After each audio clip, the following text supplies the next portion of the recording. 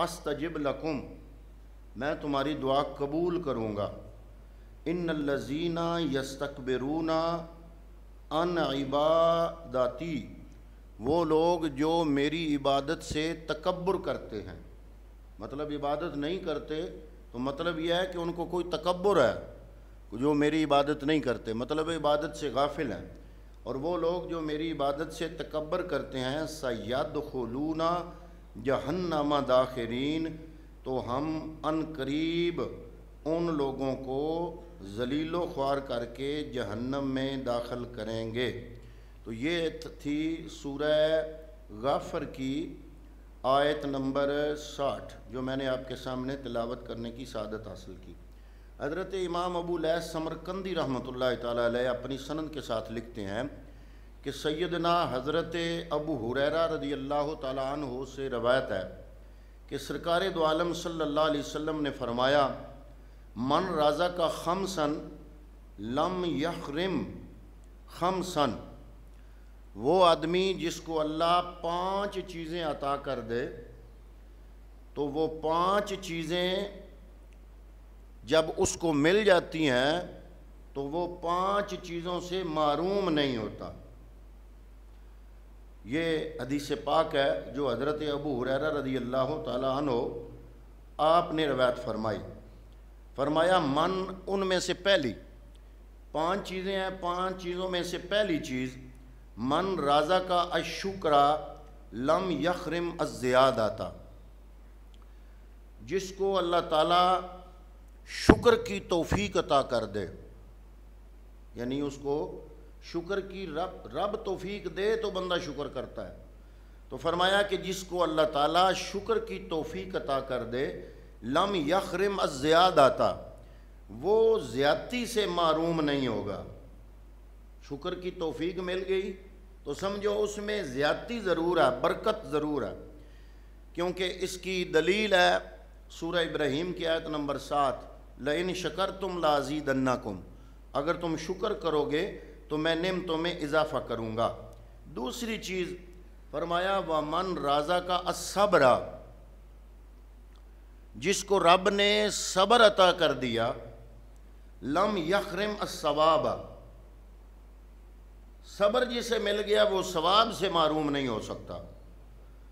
یہ دوسری چیز اللہ نے فرمائی، اللہ کے محبوب کی یہ حدیث پاک ہے، اور اس پہ دلیل قرآن پاک کی آیت ہے کہ انما یوفی الصابرون اجرہم بغیر حساب، سورہ زمر کی آیت نمبر 10 ہے کہ بے شک وہ صبر کرنے والوں کو بغیر حساب کے اجر عطا فرمائے گا، اور جسے صبر کی دولت عطا کی گئی اسے ثواب سے محروم نہیں کیا جائے گا۔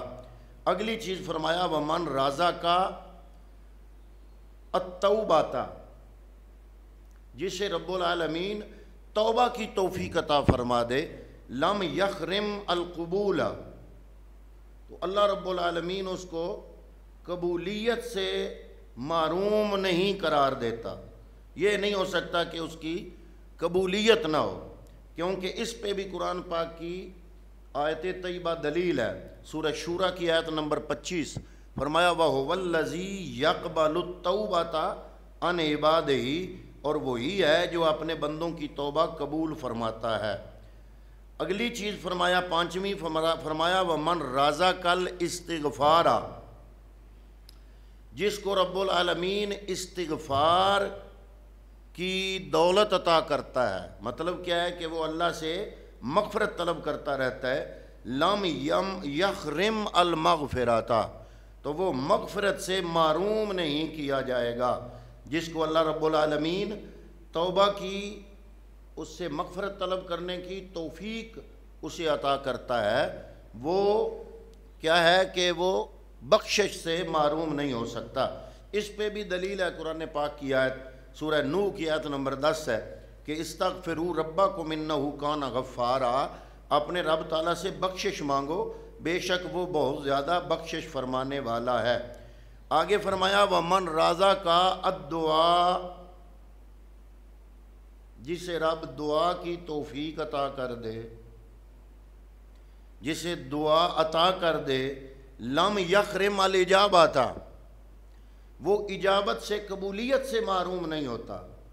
یعنی بندے کے ذہن میں یہ گمان ہو کہ میں دعا تو کروں گا، قبول کون کرے گا، میری کون سی بلا اللہ نے قبول کرنی ہے۔ تو فرمایا کملی والے نے پانچویں چیز جو ہے وہ یہ ہے کہ ومن رازق الدعا، جس کو رب دعا کی توفیق عطا کر دے تو کیا ہوگا، لم یحرم الاجابہ، وہ اجابت سے، قبولیت سے وہ محروم نہیں ہوگی۔ اور آگے فرمایا چھٹی چیز بھی ذکر کر دی، فرمایا من رازق الانفاق لم یحرم الخلف، جسے خرچ کرنے کی توفیق مل گئی اس کو بدلے اور ثواب سے محروم نہیں کیا جائے گا۔ اس پہ بھی قرآن پاک کی آیت دلیل ہے کہ وما انفقتم من شیء فہو یخلفہ، اور جو بھی تم خرچ کرو گے تو اس کا بدلہ دیا جائے گا۔ حضرت سیدنا ابو ہریرہ رضی اللہ تعالیٰ عنہ سے مروی ہے کہ سرکار دو عالم صلی اللہ علیہ وآلہ وسلم کا ارشاد پاک ہے کہ کوئی مسلمان دعا کرتا ہے تو اس کی دعا قبول ہو جاتی ہے۔ کبھی تو دعا کی قبولیت جلدی ہی ہو جاتی ہے، جلدی ظاہر ہو جاتی ہے، اور کبھی اس کی دعا آخرت کے لیے خزانہ کر دی جاتی ہے، اور کبھی اس کی دعا اس کے گناہ، دعا کے بدلے اگر دعا قبول نہیں ہوئی، جو مانگ رہا ہے وہ نہیں ملا، تو اس کے بدلے اس کے گناہ بخش دیے جاتے ہیں۔ جب تک بندہ گناہ کی اور قطع رحمی کی دعا نہ کرے تو اس وقت تک اس کی دعا، کوئی بھی دعا مانگی گئی ہے اس کی دعا اللہ رب العالمین کبھی بھی رد نہیں فرماتا، یعنی وہ کسی نہ کسی حوالے سے قبول ضرور ہوتی ہے۔ فرماتے ہیں جب قیامت کا دن ہوگا تو اللہ تعالیٰ ہر دعا جو بندے نے دنیا میں کی ہے اور قبول نہیں ہوئی بندے پر پیش فرمائے گا۔ بندہ جب قیامت کے دن جائے گا نا تو اس کی مانگی ہوئی ہر دعا اس بندے کے سامنے پیش ہو جائے گی، جس کو اللہ نے قبول نہیں کیا وہ دعا اس کے سامنے ہوگی۔ تو اللہ تعالیٰ فرمائے گا اے میرے بندے، تو نے یہ دعا فلاں دن مجھ سے کی تھی تو میں نے اس کو تیرے لیے روک کے رکھا، یہ ثواب ہے اس دعا کے بدلے میں، تو بندے کو اس کی دعاؤں کا ثواب دیا جاتا رہے گا یہاں تک کہ بندہ تمنا کرے گا کہ کاش کہ دنیا میں میری کوئی دعا بھی قبول نہ ہوتی اور آج میری اس دعا کا بھی بدلہ مجھے قیامت میں مل جاتا۔ سیدنا حضرت نعمان بن بشیر رضی اللہ تعالیٰ عنہ سے مروی ہے کہ سرکار دو عالم صلی اللہ علیہ وسلم نے فرمایا الدعاء هو العبادہ، فرماتے ہیں دعا عبادت ہے۔ ایک اور حدیث پاک ہے، فرمایا الدعاء مخ العبادہ، دعا عبادت کا مغز ہے۔ اور پھر قرآن پاک کی آیت تلاوت فرمائی، وہی آیت جو میں نے آپ کے سامنے آج کی گفتگو کا عنوان بنایا، فرمایا قال ربکم ادعونی، تمہارا رب تمہیں خود کہہ رہا ہے مانگو مجھ سے، دعا کرو، استجب لکم، میں تمہاری دعا قبول کروں۔ ان الذین یستکبرون عن عبادتی، وہ لوگ جو میری عبادت سے تکبر کرتے ہیں، سیدخلون جہنم داخرین، تو ہم ان قریب ان کو جہنم میں داخل کریں گے۔ تو فرماتے ہیں کہ چار چیزیں جو ہے نا وہ بندے پر واجب ہیں۔ نمبر ایک یہ کہ وہ اللہ تعالیٰ سے محبت کرے اور اللہ تعالیٰ ان سے محبت فرمائے گا۔ جب بندہ رب سے محبت کرے گا نا تو اللہ بندے سے محبت فرمائے گا۔ نمبر دو، وہ اللہ تعالیٰ سے دعا مانگتے رہیں اور اللہ تعالیٰ ان کو توبہ پر ثابت قدم رکھے گا۔ نمبر تین، وہ اپنے گزشتہ گناہوں سے عبرت حاصل کرتا رہے۔ نمبر چار، نیکوں کے ساتھ بیٹھے اور ذکر کی محفل اختیار کرے اور صالحین اور محتاجوں کی مدد کرتا رہے۔ جب اس نے یہ کر لیا تو اللہ تعالیٰ اس کو چار عزتوں سے نوازے گا۔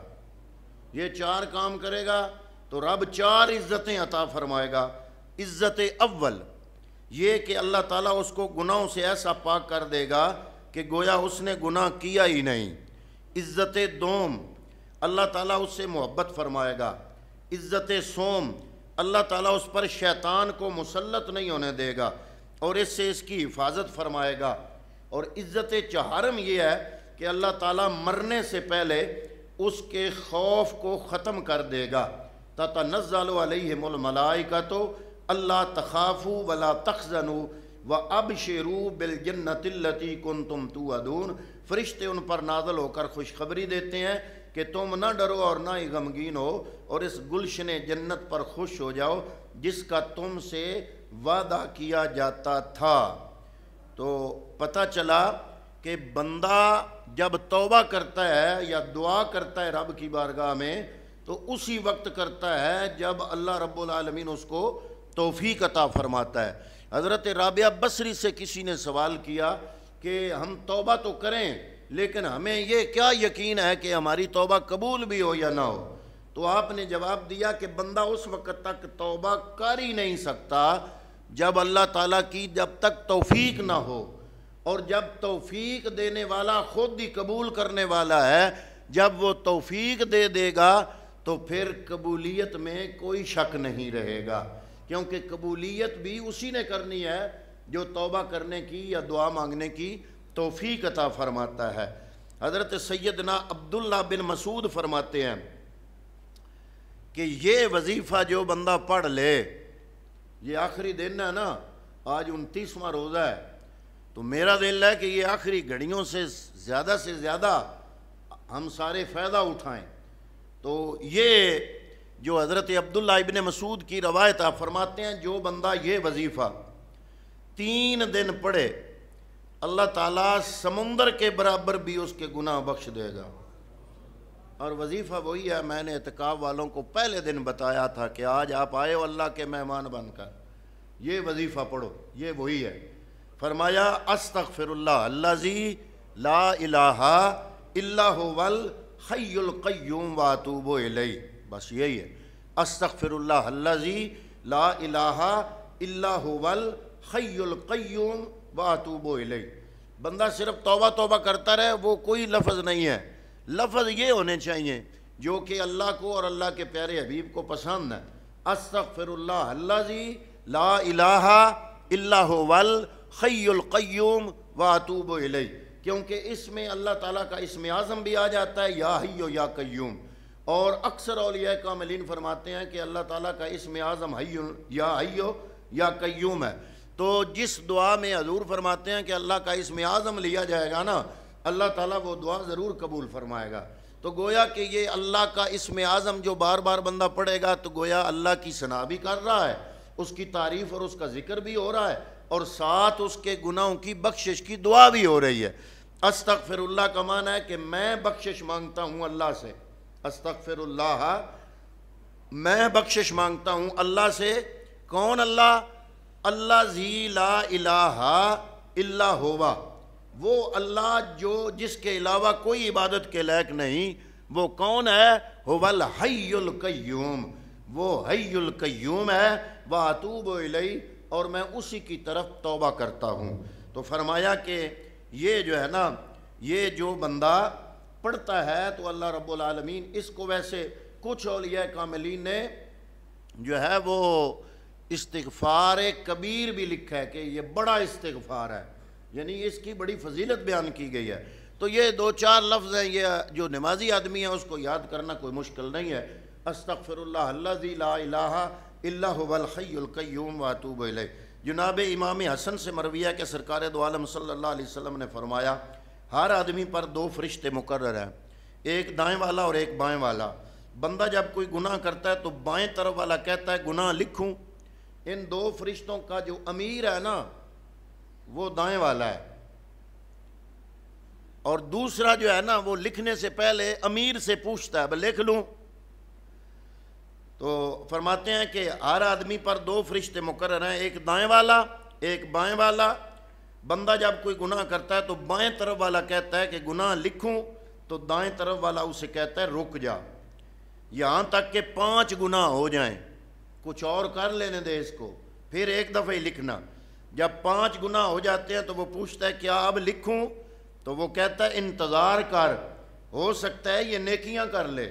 جب آدمی ایک نیکی کر لیتا ہے تو دائیں طرف والا کہتا ہے ہمیں بتایا گیا ہے کہ ایک نیکی کے بدلے 10 دی جائیں گی، اس کی 5 نیکیوں نے 5 گناہ مٹا دیے اور 5 مزید برقرار رہیں۔ اب تو نہ لکھ، اب میں اس کی نیکیاں لکھ لوں۔